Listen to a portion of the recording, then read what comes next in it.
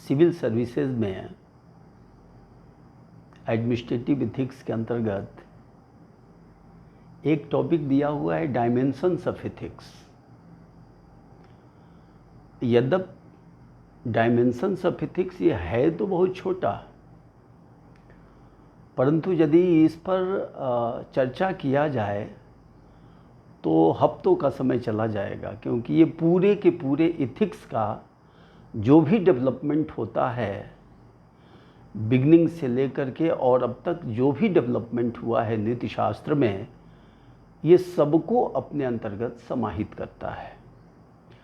लेकिन प्रतियोगी परीक्षाओं को ध्यान में रखते हुए इस पर विस्तार से चर्चा करना संभव नहीं है, इसलिए उतनी ही चीज़ों की चर्चा करी जाएगी जितनी आपके लिए ज़रूरत है। देखिए, जब हम डायमेंशंस ऑफ एथिक्स की बात करते हैं तो इसका तात्पर्य है कि नीति शास्त्र के कितनी शाखाएं हैं। जब विभिन्न विज्ञान विकसित होने लगते हैं तो उसके क्लासिफिकेशन, सब क्लासिफिकेशन होने लगते हैं। उसी तरह एथिक्स का भी एक डेवलपमेंट होता गया, और यह जो डेवलपमेंट हुआ वो बेसिकली 3 चीज़ों पर फोकस करके हुआ। एक तो कि एथिक्स का सब्जेक्ट कंटेंट क्या है, दूसरी ये है कि इसके मेथड क्या हैं, और तीसरा ये है कि इसका उद्देश्य क्या है। इन तीनों को लेकर के एथिक्स में 3 तरह के डायमेंशन विकसित हुए। प्रारंभ में जिसे हम नॉर्मेटिव एथिक्स, नियामक नीति शास्त्र कहते हैं, 20वीं शताब्दी के प्रारंभ में एक नया डायमेंशन आया जिसे हम अधिनीति शास्त्र या मेटा एथिक्स या एडवांस्ड एथिक्स के नाम से जानते हैं। और अभी 21वीं शताब्दी में नीति शास्त्र के क्षेत्र में एक नया डायमेंशन उभर करके सामने आया है जिसको हम अप्लाइड एथिक्स या प्रैक्टिकल एथिक्स या इसको प्रोफेशनल एथिक्स के नाम से जाना जाता है। हालांकि अप्लाइड एथिक्स या प्रैक्टिकल एथिक्स और प्रोफेशनल एथिक्स में अंतर किया जाता है, उसकी चर्चा हम बाद में करेंगे। अभी हम केवल इतना समझने का प्रयास करते हैं कि आखिर ये जो 3 डायमेंशन हैं एथिक्स के,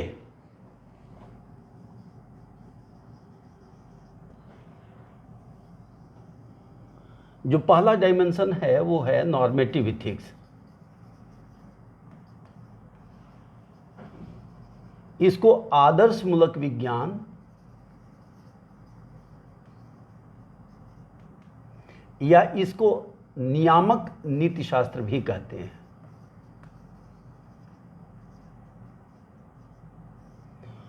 जो दूसरा है वो मेटा एथिक्स है या इसको एडवांस्ड एथिक्स भी कहते हैं। अधिनीति शास्त्र।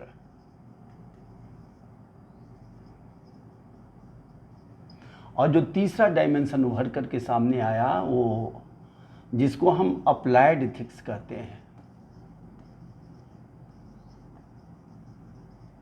या प्रैक्टिकल एथिक्स कहते हैं, या इसी को प्रोफेशनल एथिक्स भी कहते हैं। हालांकि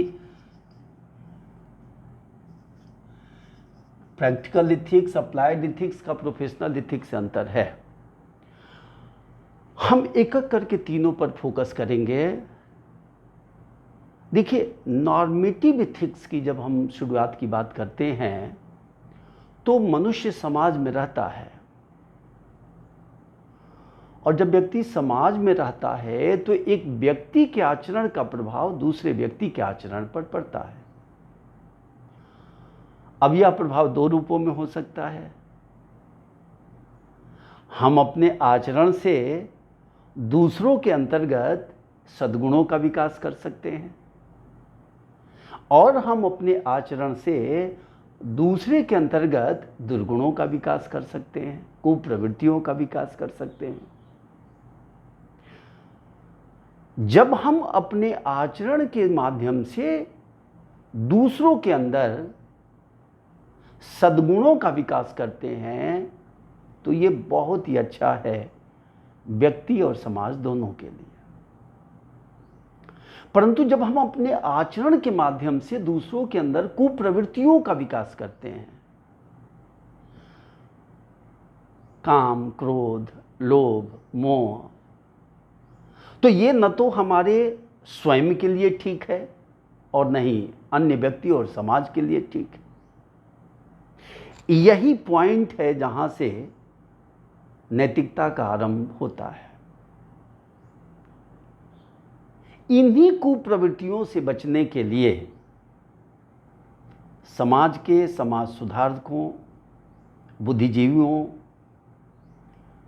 समाज चिंतकों, इन लोगों ने परस्पर मिल बैठ करके कुछ नॉर्म्स निर्धारित किए, कुछ कोड ऑफ कंडक्ट बनाए, कुछ आचार संहिताएं बनाई जो बिल्कुल डायरेक्टिव प्रिंसिपल्स की तरह हैं और जिनका उद्देश्य यही था कि व्यक्ति के आचरण को मर्यादित करना, जिससे समाज में सामाजिक समरसता और सौहार्द का वातावरण बना रहे। बेटे, ये जो कोड ऑफ कंडक्ट बनाए गए आचार संहिता, उन्हीं आचार संहिताओं को नीति कहते हैं या नैतिकता कहते हैं। और वह विज्ञान जो इन कोड कंडक्ट्स का अध्ययन करने लगा उसे हम नीति शास्त्र या आचार शास्त्र या मोरल फिलॉसफी, नैतिक दर्शन का नाम देते हैं। तो आप लोगों ने ये समझ लिया होगा कि मोरलिटी इथिक्स नहीं है। इस पर एक हमारा सेपरेट वीडियो है, आप उस पर डिटेल में देखेंगे। हम अभी केवल नॉर्मेटिव इथिक्स पर ही फोकस करते हैं। तो नॉर्मेटिव इथिक्स का जो उद्देश्य है और जो संकल्पना है वो ये है कि what I ought to do and what I ought not to do, अर्थात किसी परिस्थिति विशेष में हमें क्या करना चाहिए और किसी परिस्थिति विशेष में हमें क्या नहीं करना चाहिए। इस प्रकार जो नॉर्मेटिव इथिक्स है, इसका जो कंसर्न है वो ऑट से है, चाहिए से है। What I ought to do and what I ought not to do. इस प्रकार जब चाहिए की बात आ जाती है तो वहीं पर कुछ नॉर्म्स आ जाते हैं, कुछ मानक आ जाते हैं, कुछ आदर्श होते हैं जो हमारा मार्गदर्शन करते हैं। और इन्हीं नॉर्म्स के आधार पर हम ये डिस्क्रिमिनेशन करने में सफल हो पाते हैं कि क्या उचित है, क्या अनुचित है, क्या शुभ है, क्या अशुभ है, क्या कर्तव्य है, क्या अकर्तव्य है। और इसका विभेद करके और तब हम बुराई से अच्छाई की ओर बढ़ते हैं, अशुभ से शुभ की ओर बढ़ते हैं और अकर्तव्य से कर्तव्य की ओर बढ़ते हैं। ये नीति शास्त्र का उद्देश्य है। इसीलिए अरस्तु यूडेमिनियन इथिक्स में, उनका इथिक्स का नाम ही है यूडेमिनियन, तो अपनी इस इथिक्स में कहते हैं कि इथिक्स का जो उद्देश्य है वो व्यक्ति और समाज को बीइंग से वेल बीइंग की ओर ले चलना है, मतलब अस्तित्व से शुभत्व की ओर ले चलना है। जो हम अभी हैं वो बीइंग है और जो होना चाहिए वो वेल बीइंग है। तो इथिक्स का उद्देश्य है बीइंग से वेल बीइंग की ओर ले चलना, व्यक्ति को भी और समाज को भी। इन्हीं मान्यताओं के परिप्रेक्ष्य में नीतिशास्त्र को कामंदकीय नीतिशास्त्र में परिभाषित किया गया और कहा गया कि नयनानि नित्य रुच्यते।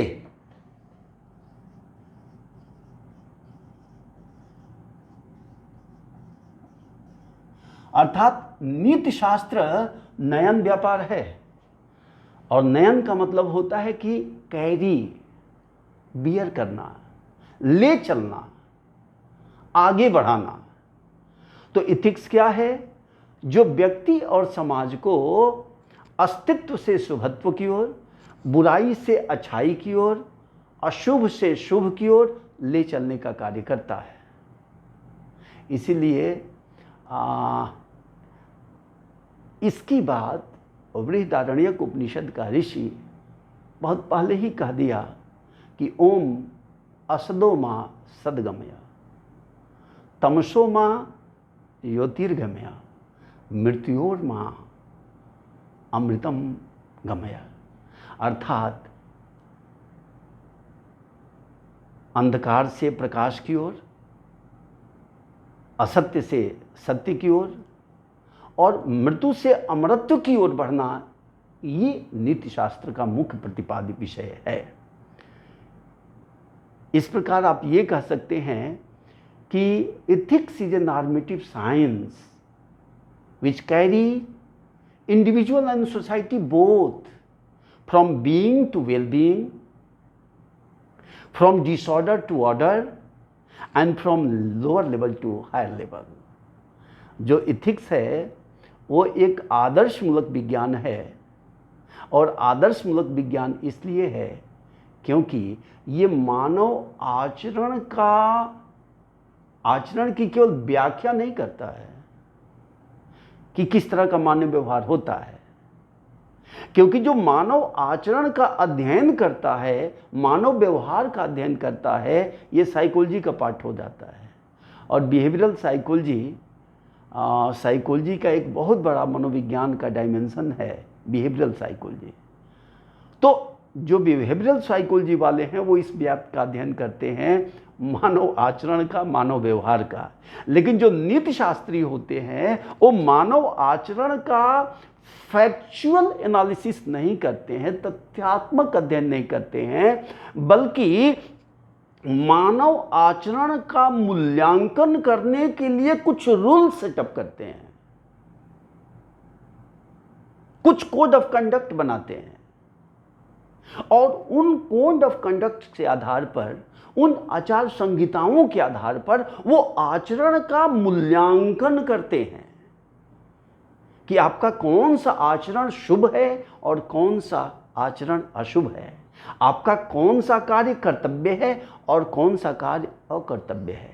तो देखिए, जो बिहेवियरल साइकोलॉजी है और जो नॉर्मेटिव एथिक्स है, ये दोनों को एक नहीं समझना चाहिए, क्योंकि बिहेवियरल साइकोलॉजी जो होता है वो भी मानव व्यवहार का ही अध्ययन करता है, आचरण का अध्ययन करता है, लेकिन वो फैक्चुअल एनालिसिस करता है, तथ्यपरक अध्ययन करता है। जबकि जो नॉर्मेटिव एथिक्स है वो फैक्चुअल अध्ययन नहीं करता है, बल्कि एक आदर्श के आधार पर, कुछ मानकों के आधार पर हमारे आचरण का मूल्यांकन करता है, और मूल्यांकन करके ये बताता है कि हमारा कौन सा कार्य शुभ है, कौन सा कार्य अशुभ है, क्या उचित है, क्या अनुचित है, क्या कर्तव्य है, क्या अकर्तव्य है।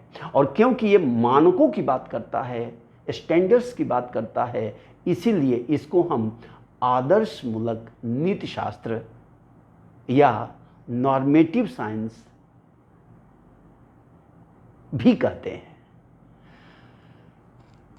देखिए, इसके बाद एक नया डायमेंशन एथिक्स में उभर करके सामने आता है, और ख़ासतौर पर 20वीं शताब्दी के प्रारंभ में, फर्स्ट वर्ल्ड वार के बाद, फर्स्ट वर्ल्ड वार के पहले, क्योंकि नीति दर्शन शास्त्र के क्षेत्र में एक नया डायमेंशन आया जिसको हम विश्लेषणात्मक दर्शन कहते हैं, एनालिटिकल फिलोसफी कहते हैं। और एनालिटिकल फिलोसफी भाषा का विश्लेषण किया। उसी तरह एक नया इथिक्स में डायमेंशन उभर करके आया जिसको हम मेटा इथिक्स कहते हैं या अधिनीति शास्त्र कहते हैं। और यहाँ पर नॉर्म्स का अध्ययन नहीं किया जाता, बल्कि जो मोरल कॉन्सेप्ट्स होते हैं या मोरल टर्म्स होते हैं, नैतिक पद, इनका विश्लेषण किया जाता है तथा नैतिक निर्णयों के स्वरूप का स्पष्टीकरण किया जाता है। लेकिन इसकी चर्चा हम अपने नेक्स्ट लेक्चर में करेंगे। बहुत बहुत धन्यवाद। Thank you.